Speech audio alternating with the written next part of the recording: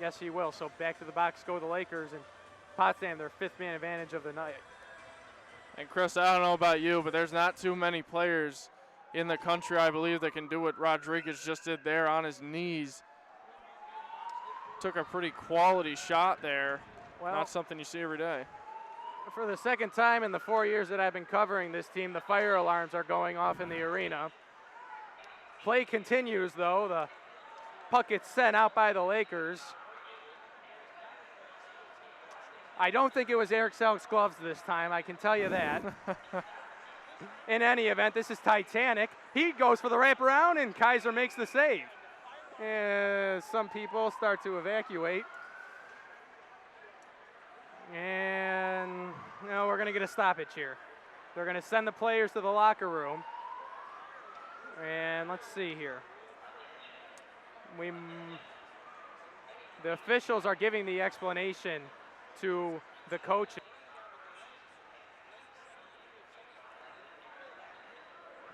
And so the teams to the locker room once again there's 2:28 to go in the 2nd period. 2-0 is the score. Oswego the lead. Well, this is a first. This is not a first, I can tell you that.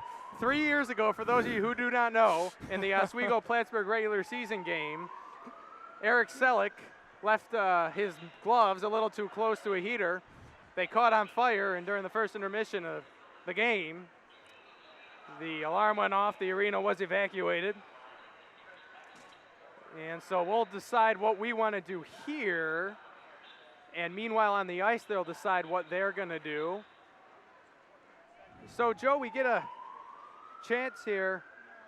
Talk to me about, what do you think about Potsdam? They've come on strong a little bit here as of late, the last couple of minutes, getting at least a couple scoring chances. But Oswego still clearly appear to be controlling play here in the second. Yeah, this is what a team like that can do, even when the odds are sort of against them. Potsdam playing very good D. They've certainly kind of kept this period pretty even, and the Lakers still able to keep the lead, though. That's what a #1 team in the nation can do. So certainly, I don't know, there's something setting off the fire alarms here. I don't know if it's one of the team's performances, but kind of looking around here, not too sure what's going to happen next. Well, we'll wait to find out, and we'll wait for some instruction on what to do. Let's see here. Looks like we might be told to evacuate. Not exactly sure yet. And so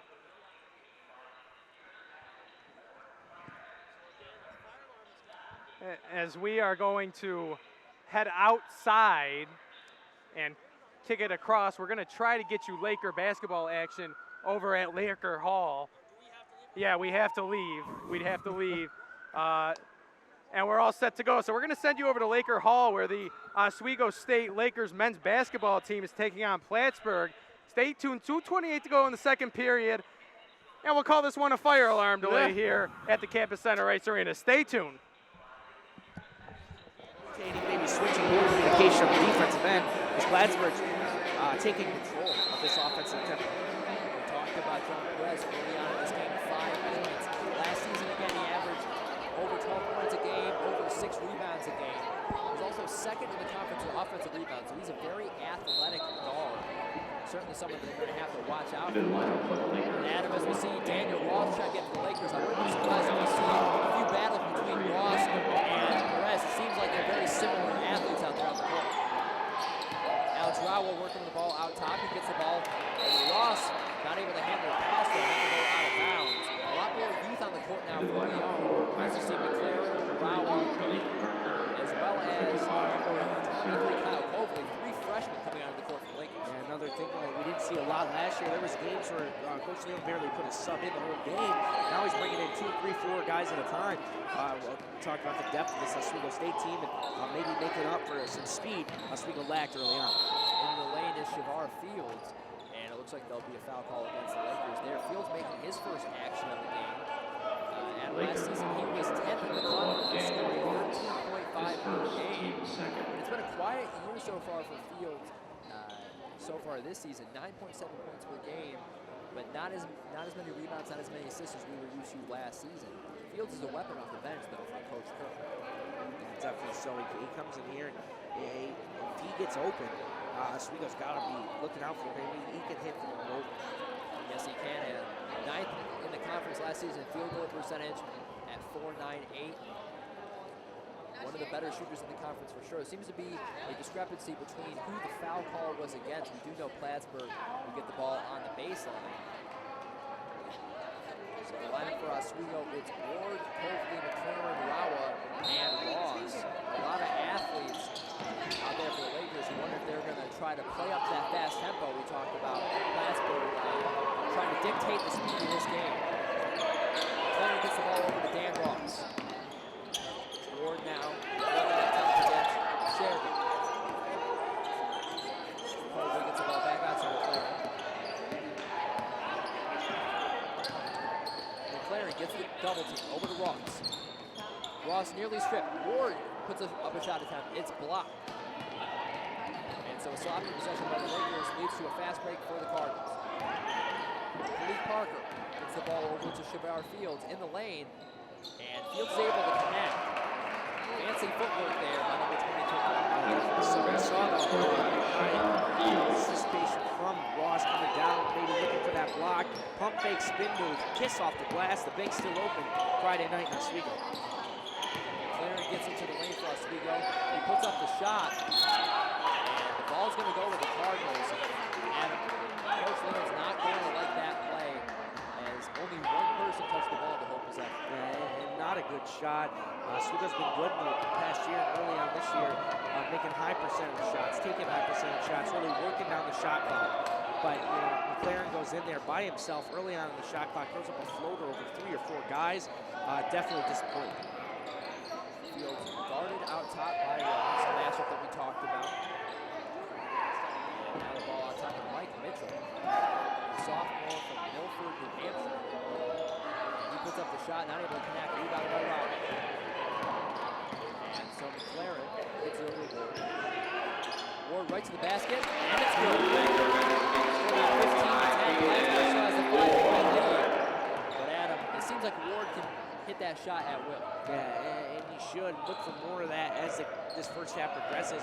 He's got the mismatch. You put anybody out there against him on this Plattsburgh team, I think Hayden Ward has a mismatch tonight, so look for him to maybe take control. 10 minutes in this game, Ward has 6 points, well on his way to leading the team in points yet again. And so again, the ball out with Mike Mitchell being guarded closely by Elijah McLaren. 6 seconds left on the shot clock. Pass inside, and a great play there by Jordan. High elevation there by Jordan. Almost a perfect possession for Plattsburgh, rotating around to the end of the shot clock. And that baseline runner, Colby, he's got to get low. No baseline. That's fundamental defense and baseline runner for the open layup. Oswego able to force a steal. McLaren will drive the basketball. He gets the ball over to Rowell. McLaren off the screen, enters the lane, gets it to Ward for 3, and it's good.